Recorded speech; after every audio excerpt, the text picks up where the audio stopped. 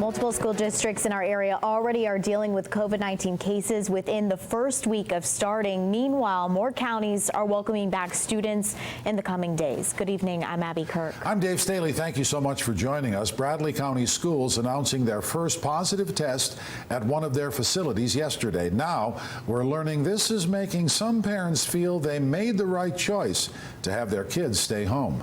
Isaiah Kim Martinez joins us now in studio with more on this story. Isaiah, good evening. Good evening, Dave, Abby. A lot of uncertainty right now, not just with COVID-19 cases presenting themselves in schools in Bradley County, but now trying to figure out how or who those individuals have been in contact with. Most families in Bradley County we've spoken to today say they're still confident about the choices they've made for their students learning, whether that be in the classroom or at home.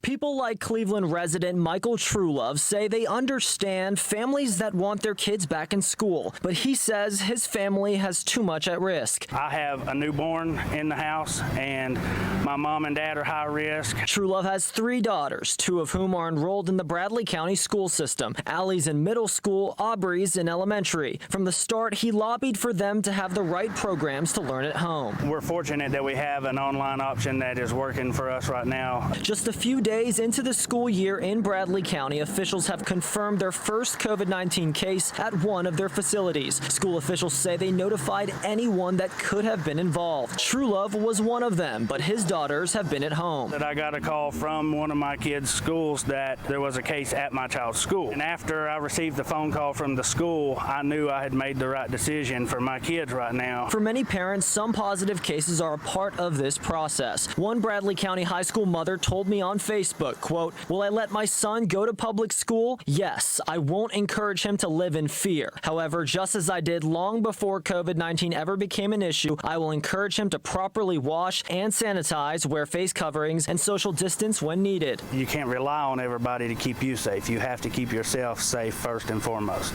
Truelove says each family will handle this slightly differently, all with a common goal for their kids.